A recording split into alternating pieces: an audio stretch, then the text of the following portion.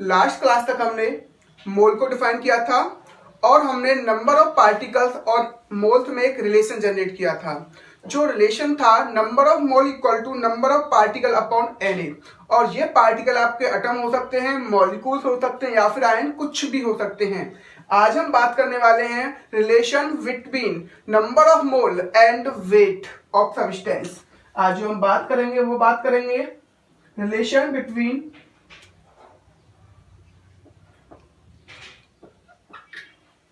number of moles and weight of substance।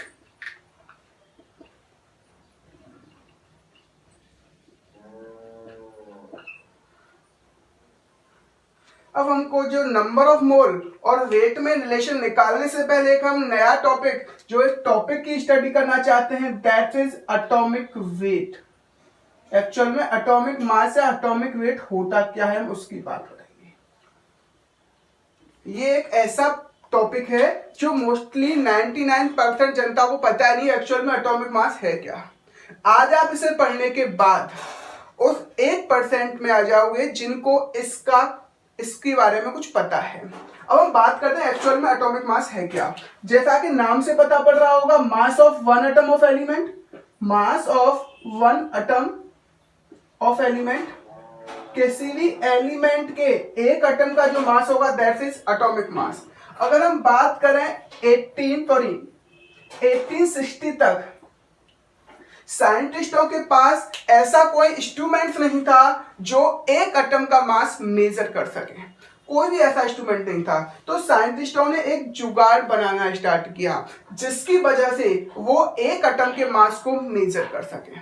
तो देखो, एक हम बात करते हैं, अगर मैं आपसे पूछूं what means of 1 kilogram, 1 kilogram का मतलब क्या है, तो आपका सबका एक ही जवाब होगा, वेट ऑफ 1000 ग्राम। जितना वेट 1000 ग्राम का है वही किलोग्राम का वेट है।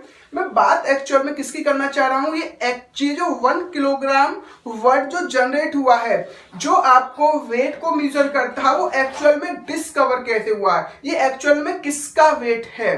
देखो, पहले क्या होता था, देखो मोस्टली साइंटिस्टों को एक सिलेंडर मिला और उस सिलेंडर के वेट को ही उन्होंने 1 किलोग्राम कह दिया।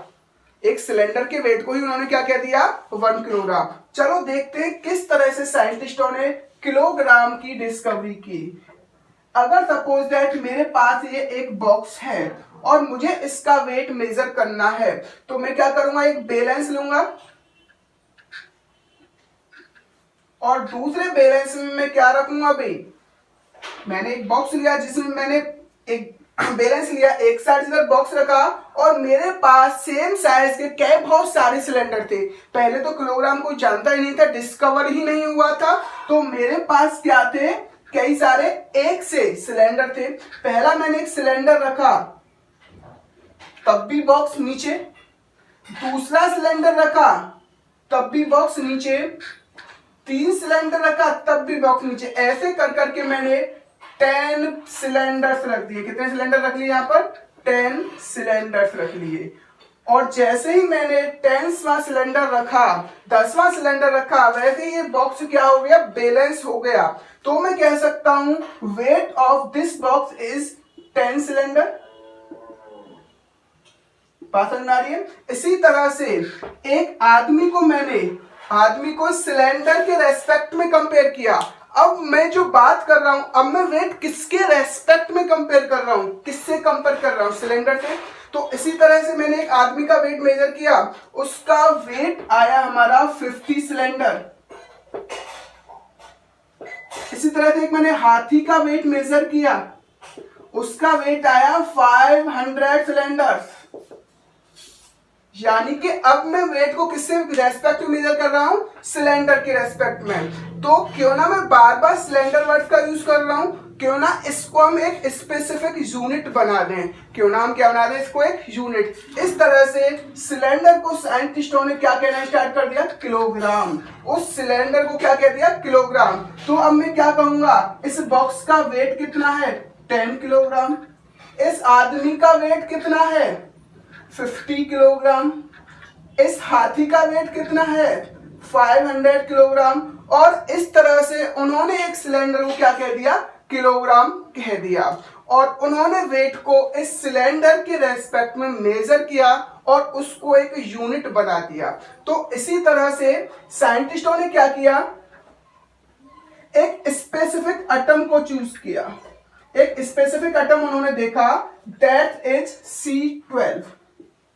कौन सा एटम लिया उन्होंने, एक स्पेसिफिक एटम लिया दैट इज C12, और इसकी वजह से एक उन्होंने स्पेसिफिक क्वांटिटी बना दी। वो क्वांटिटी क्या थी 1/12 into mass of 1 C12 atom.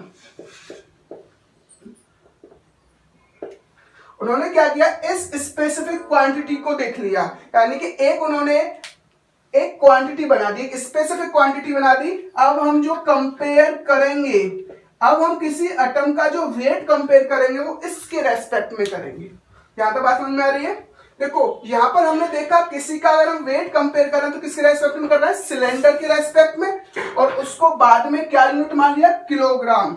इसी तरह से साइंटिस्टों ने क्या किया, एक स्पेसिफिक क्वांटिटी चूज की that is 1/12 of mass of 1 C12 atom, और एटम के वेट को किससे कंपेयर करना स्टार्ट कर दिया, इस क्वांटिटी से। उन्होंने देखा atomic mass of hydrogen atom, जब उन्होंने इससे कंपेयर किया तो वो आया 1 into 1/12 into mass of 1 C12 atom.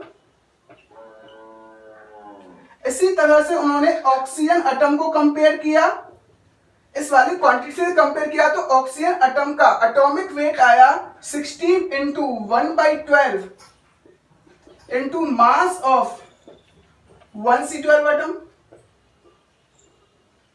इसी तरह से उन्होंने नाइट्रोजन एटम का वेट मेजर किया तो वो आया 14 into 1/12 into mass of 1 C12 atom.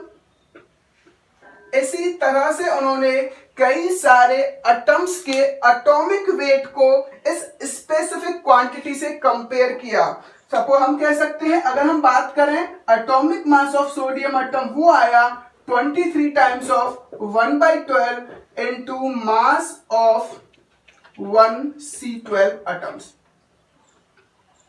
यहां तक बात समझ में आ रही है। यानी कि अब हम जो एक एटम का वेट है किसके रेस्पेक्ट में कंपेयर कर रहे हैं, 1/12 of mass of 1 C12 atom. देखो ये चीज हम बार बार रिपीट कर रहे हैं, तो साइंटिस्टों ने सोचा क्यों ना इसको एक हम यूनिट मान लें और इसकी जगह हम क्या रख दें, AMU। उन्होंने क्या किया, 1/12 into mass of 1 C12 atom को क्या कह दिया, C12 एटम को क्या कह दिया, A1 AMU। AMU का मतलब क्या है, एटॉमिक मास यूनिट। यहां तक बात समझ में आ गई। देखो इस चीज को हम बार बार लिख रहे हैं, बार बार रिपीट कर रहे हैं, और एक बहुत बड़ा सा नेम हो रहा है। हम लोग मॉडर्न है और ये बड़े से नेम को हम बार बार लिखें, क्यों ना हम इसे एक शॉर्ट में कुछ अलग नाम दे दें। तो साइंटिस्टों ने सोचा इसको एक नाम देते हैं दैट इज AMU। बात समझ में आ रही है। और दिस AMU किसके इक्वल होगा, 1/12 into mass of 1 C12 atom. अब मैं कहने लगूं, अब हाइड्रोजन का एटॉमिक मास क्या होगा भाई बताओ, 1 इन AMU। अब ऑक्सीजन का एटॉमिक मास क्या होगा, 16, और इसको क्या कह दूंगा मैं, AMU। अब मैं बात करता हूं नाइट्रोजन का एटॉमिक मास क्या होगा, 14 AMU। इसी तरह से मैं बात करूं सोडियम का एटॉमिक मास क्या होगा भाई, 23 AMU। इस तरह से साइंटिस्टों ने एटॉमिक वेट को एक स्पेसिफिक क्वांटिटी से कंपेयर किया that is 1/12 mass of C12 atom. यहां तक बात आपको समझ में आ गई। अब इसको डिफाइन हम किस तरह से कर सकते हैं, देखो एक्चुअल में अब एटॉमिक वेट आया कैसे। एटॉमिक वेट है क्या, एटॉमिक वेट एक ऐसा नंबर है, अगर हम इसको 1/12 मास ऑफ 1 C12 एटम से कंपेयर करें, जितना टाइम वो ग्रेटर आएगा, जितना टाइम एटम उससे हैवी होगा, वही क्या होगा आपका एटॉमिक वेट। तो हम कह सकते हैं atomic weight is a number. Atomic weight is a number which tell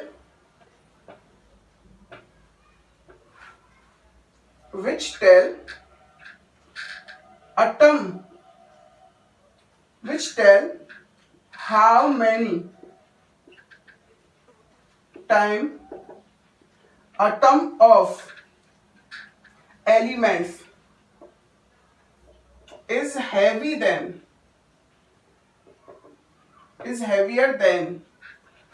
1/12 into mass of one C12 atom.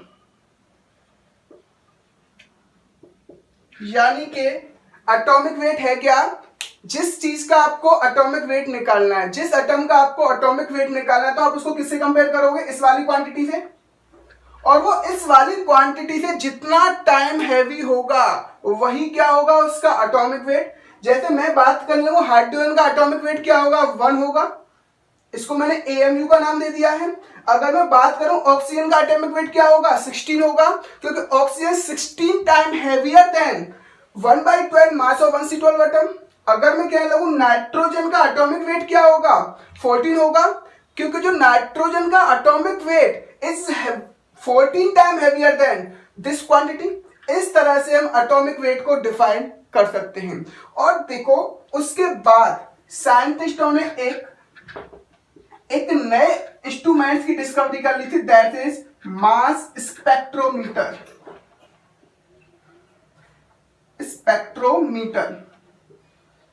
इन्होंने क्या किया? देखो एक ऐसा इंस्ट्रूमेंट है जो एक एटम के मास को इजीली बता सकता है, और इसकी हेल्प से साइंटिस्टों ने मास ऑफ 1 C12 एटम मेजर किया, जो निकल के आया था आपका 1.99 इंटू 10⁻⁻23 ग्राम।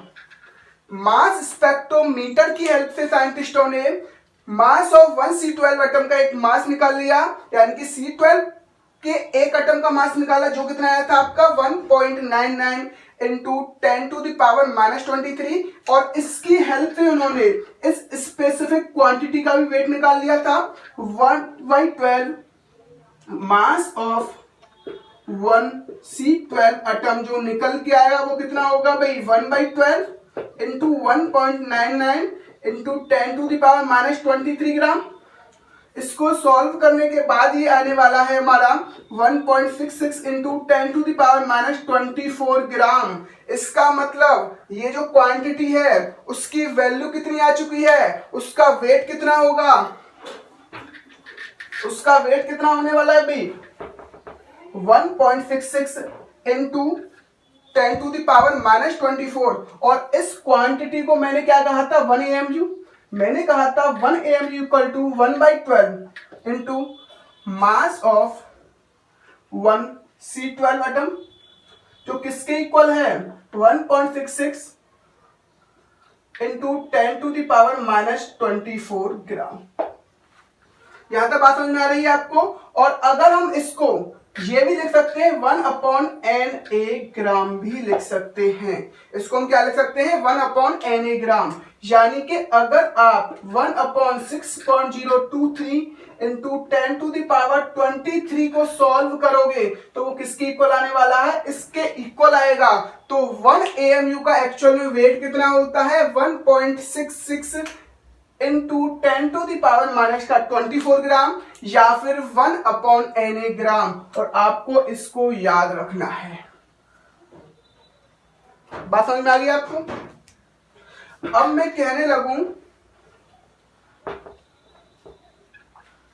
जहां तक आपको कोई प्रॉब्लम होगी? कोई प्रॉब्लम नहीं होगी भी? अच्छा, अब हम इसके बाद एक स्पेसिफिक एक नए टर्म की और स्टडी करने वाले हैं, that is molar mass. Atomic mass और मोलर मास में क्या डिफरेंस है वो समझते हैं। एटॉमिक मास किसका वेट होता है? 1 एटम का। लेकिन मोलर मास क्या होता है भाई? Weight of 1 mole of substance. Weight of 1 mole of substance. 1 मोल जो सब्सटेंस का वेट होता है वह क्या होता है? उसका मोलर मास होता है। एक चीज याद रखो, weight of 1 mole of substance is called molar mass.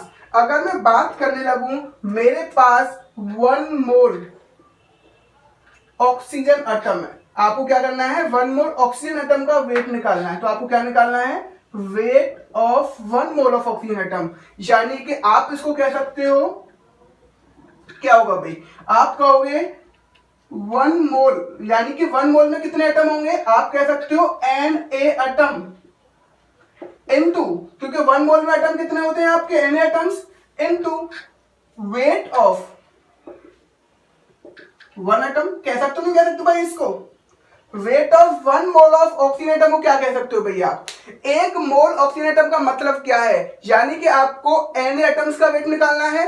और Na एटम का वेट किस तरह से निकलेगा, अगर आपको एक एटम का वेट पता पड़ गया तो आप Na एटम का वेट निकाल सकते हो। तो अगर हम बात करें, हमको पता है देखो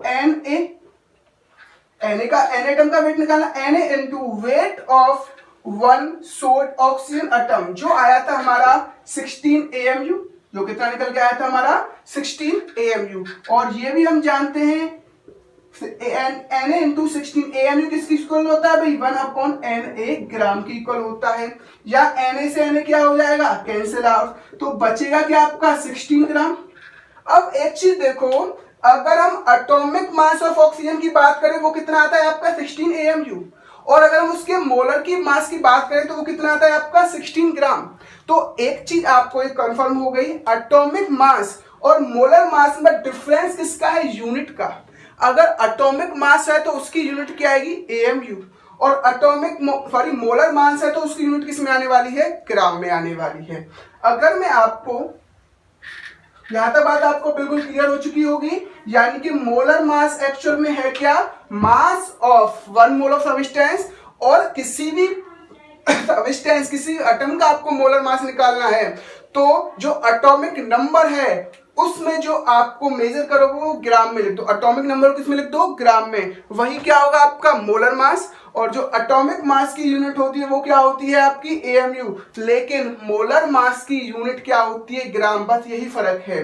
अगर मैं बात करने लगूं, मेरे पास ऑक्सीजन एटम है, अगर मैं बात करूं मेरे पास, देखो हम इसकी बात करें एटॉमिक वेट का क्या होगा, देखो एटॉमिक मास है एटॉमिक वेट, एटॉमिक वेट का मतलब क्या है, मास ऑफ 1 एटम, तो कितना आएगा यहां पर 16 AMU।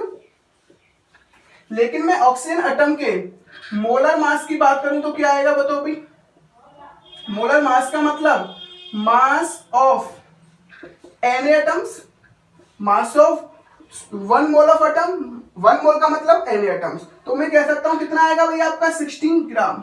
बस मोलर मास और एटॉमिक मास में डिफरेंस किसका है, यूनिट का। अगर आप एटॉमिक मास की यूनिट, एटॉमिक मास को किस में लिख दो, ग्राम में, तो वो क्या हो जाएगा आपका मोलर मास हो जाएगा। आपको यहां तक ये चीज क्लियर हो चुकी होगी, और आपको दोनों में डिफरेंशिएट करना आना चाहिए, एक्चुअल में एटॉमिक मास क्या है और मोलर मास क्या है। चलो अब हम बात करते हैं इनके रिलेशन की। एक्चुअल में एटॉमिक वेट यानी कि मोल और वेट ऑफ सब्सटेंस में क्या रिलेशन होता है। देखो आप मोलर मास को तो डिफाइन कर चुके हो भाई, अगर मैं कहने लगूं सपोज दैट, देखो आपको पता है weight of 1 mole of substance किसके इक्वल होता है, मोलर मास के, किसके इक्वल होता है आपका मोलर मास। ये चीज तो आपको बिल्कुल क्लियर है, weight of 1 mole of substance किसके इक्वल होता है, उसके मोलर मास के इक्वल होता है। अगर मैं कहने लगूं मेरे पास, अगर हमको वेट मेजर करना है, weight of 1 mole of water, तो किस तरह से निकालोगे भाई, वाटर का क्या निकालोगे आप, मॉलिक्यूलर मास, और वाटर का मॉलिक्यूलर मास तो आपसे निकालना आता होगा भाई। वाटर में कितने एटम है, हाइड्रोजन कितने एटम है, 2 इंटू 1 प्लस ऑक्सीजन का एटॉमिक वेट कितना होता है 16, तो वाटर का मॉलिक्यूलर मास क्या हो जाएगा 18। तो हम कह सकते हैं उसका जो मोलर मास आएगा वो कितना आएगा 18 ग्राम। यहां तक बात समझ में आ गई। अगर मैं कहने लगूं weight of 2 mole of H2 कितना हो जाएगा, आप क्या कहोगे 2 इंटू 18 ग्राम यानी कि 36 ग्राम। अगर मैं कहने लगूं मेरे पास 72 ग्राम, क्या बोलते 90 ग्राम, मैं कह रहा हूं मेरे पास 90 ग्राम वाटर है और आपको बताना है इसमें कितना मोल वाटर है। तो आप कहोगे भाई अगर आपका 1 मोल होता तो 16 ग्राम होता है, 2 मोल होता तो 36 ग्राम होता, और अगर 5 मोल होगा तो वो कितना होगा 90 ग्राम। तो आपका जस्ट आंसर आएगा 5।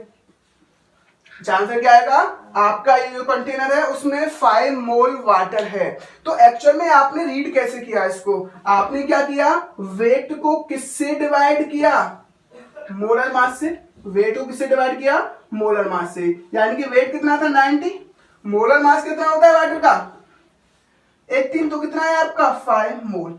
इस तरह से यहां पर हमने एक यूनिट, एक नई मोल की डेफिनेशन देख ली, क्या होगी, एक नया फॉर्मूला बना लिया, एटॉमिक मास यानी कि wait of substance upon molar मास। यहां से एक और एक नई यूनिट जनरेट होती है मोल की, mole equal to weight of substance यानी कि given mass upon molar mass. यानी कि जो आपको गिवन मास है और उसको आप किससे डिवाइड कर दो, मोलर मास से, तो उसको क्या कहोगे आप, मोल कहोगे। इसकी हेल्प से आप कई सारी प्रॉब्लम सॉल्व कर सकते हो। अगर क्वेश्चन कहने लगे फाइंड नंबर ऑफ मोल्स